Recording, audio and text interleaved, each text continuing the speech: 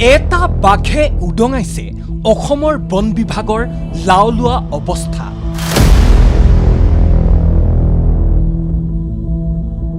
বাঘ বিশেষজ্ঞ আহিছে পশ্চিমবংগ আৰু উত্তৰাখণ্ডৰ পৰা, ড্ৰোন আহিছে মেঘালয়ৰ পৰা। কাঁহিত কটা মাংস দি বাঘ পিঞ্জৰাবদ্ধ কৰাৰ ব্যৰ্থ চেষ্টাত হাস্যকৰ আখ্যা পৰিৱেশ কৰ্মীৰ। বাঘ ধৰাৰ নামত বিগত ২২টা দিনে ঢিঙত শূন্যত গদা ঘূৰাই ৰাইজক আভুৱা ভৰাত ব্যস্ত বন বিভাগ। এটা প্ৰকাণ্ড ঢেকীয়াপতীয়াই নাকত ধৰি চাকত ঘূৰাইছে ঢিঙত বাহৰ পাতি থকা বনকৰ্মী আৰু বিশেষজ্ঞৰ দলকেইটাক।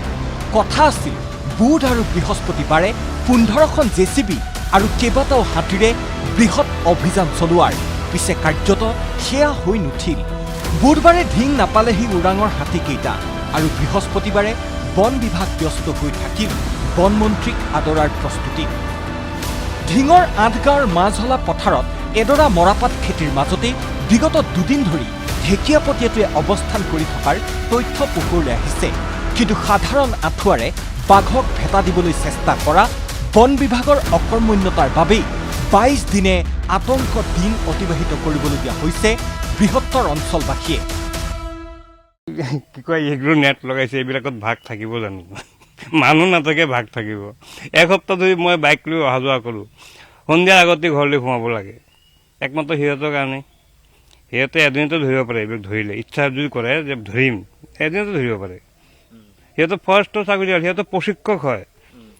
সিহঁতে কিয় ধৰিব নোৱাৰে? আজি ১৫ দিন ২০ দিন ধৰি চলি আছে এনেকৈ। আমিতো ভয়তে সন্ধিয়াৰ আগতে ঘৰলৈ গুচি যাওঁ। আমাৰ কি জানাৰ কোনো হেৰি নাই নেকি? বন বিভাগৰ অদক্ষতা আৰু অভাৱী অৱস্থা সোঁৱৰাই সৰব হৈছে এইগৰাকী পৰিৱেশ কৰ্মী দিলীপ নাথ। ডাঙৰ দেশৰ লগত মই নিজে পিঞ্জৰাত আবদ্ধ কৰিছিলোঁ ৪টাকৈ ঢেকীয়াপতীয়া বাঘ। অসম চৰকাৰে এটা ঢেকীয়াপতীয়া বাঘ ধৰিবলৈ আজি ঢিঙৰ পৰা যদি আপোনাৰ সুন্দৰবনৰ লগত সহায় কৰিব লগা হৈছে, এটা ঢেকীয়াপতীয়া বাঘ অসম চৰকাৰৰ বন বিভাগৰ হাতত যদি তাৰ ধৰাৰ কোনো ব্যৱস্থা নাই, তেতিয়াহ'লে ইয়াতকৈ আৰু লজ্জাৰ বিষয় একো নাই। বুধবাৰে ৪টা পিঞ্জৰাত ছাগলীৰ কটা মাংস দিয়াটোকো হাস্যকৰ আখ্যা দিছে পৰিৱেশ কৰ্মীগৰাকীয়ে। কাছাৰে কটা ছাগলী মাংস ১ কেজি ১ কেজিকৈ দিছে। অতি লজ্জা আৰু অতি দুৰ্ভাগ্যজনক বিষয়। চিকাৰী জন্তুৱে কেতিয়াও প্লেটত দিয়া আহাৰ নাখায়, প্লেটত দিয়া মাংস খাবলৈ নাহে।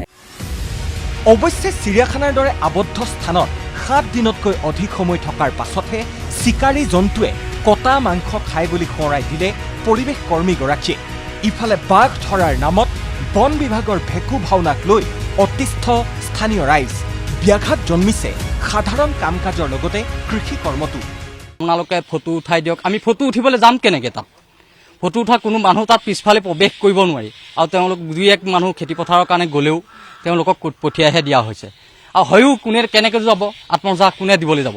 গতিকে তেওঁলোকে যি ব্যৱস্থা কৰি আছে চব ভেকু ভাওনা, আৰু আমাৰ জনসাধাৰণৰ বহুতখিনি ক্ষতি হৈছে। নিশা একাংশই জবাবদিহি কৰে বন বিভাগক।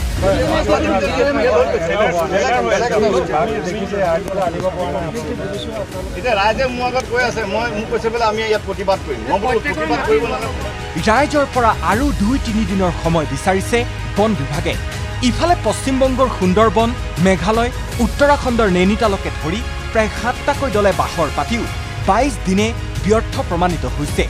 বিভাগে যিদৰে শূন্যত গদা ঘূৰাইছে, বিভাগীয় মন্ত্ৰীয়েও একেই পন্থা লৈছে। চন্দ্ৰমোহন পাটোৱাৰীৰ মতে নদীৰ পাৰত থকা বাঁহ গছে ড্ৰোন উৰুৱাত বাধা দিছে, কিন্তু যিটো অঞ্চলত বাঘৰ অৱস্থিতি ধৰা পৰিছে দূৰ দূৰণিলৈকে সেই অঞ্চলত নদীয়েই নাই। ট্ৰেছ কৰা টান হৈছে কি তাত বহুত বাঁহ গছ আছে নদীৰ ফালে। এই বাঁহ গছৰ মাজত সোমাই থাকে, গোটেই ড্ৰোনে সেইটো ঢুকি নাপায়। গতিকে আমি অন্য এটা ব্যৱস্থা ল'বলৈ চিন্তা কৰি আছোঁ, যাতে আমি ট্ৰেছ কৰিব পাৰোঁ। গতিকে ৪টা আমি হেৰিও লগাইছোঁ, পিঞ্জৰা লগাইছোঁ, যাতে আমাৰ হেৰি হয়। তাত মাংস দি থোৱা আছে, যাতে মাংস খাব আহিলে ধৰা পৰি যায়, এনেকুৱা কথা হৈছে। গতিকে ৰাইজে শংকিত হ'ব নালাগে। গতিকে বন বিভাগে এইটো ক্ষেত্ৰত ব্যৱস্থা গ্ৰহণ কৰিব। প্ৰশ্ন হয়, এই নাটকখনৰ কেতিয়া জৱনিকা পৰিব? আতংকৰ অন্ত কেতিয়া? এটা মাত্ৰ ঢেকীয়াপতীয়াত ২২টা দিনে এখন ৰাজ্যৰ এটা বৃহৎ বিভাগে সৰ্বশক্তি প্ৰয়োগ কৰিও পিঞ্জৰাবদ্ধ কৰিব নোৱাৰাটো লাজৰ লগতে চিন্তাৰো বিষয় নহয়নে? বটদ্ৰৱাৰ পৰা প্ৰাঞ্জল বৰাৰ ৰিপৰ্ট ND24।